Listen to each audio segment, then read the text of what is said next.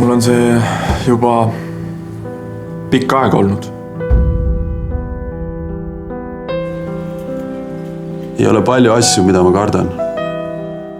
Aga see on üks neist. See on väga-väga õudne tunne. Mul on sellest väga raske rääkida. Ma tõesti loodan, et ma ei pea seda kellelgi näitama. Ja palun dokumenti. Ma olen välja Nagu ma oleks just ärganud koomast. Nagu keegi oleks mind valest otsast pildistanud. Kui sa seda vaatad, siis sul hakkavad silmad kipitama. Sul on valus. Ja aitäh teile. Aitäh.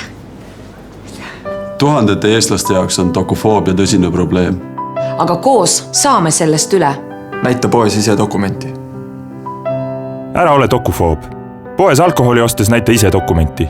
Nii muudad müüja elu lihtsamaks ja aitad vähendada alkoholi kättesaadavust alaealiste seas.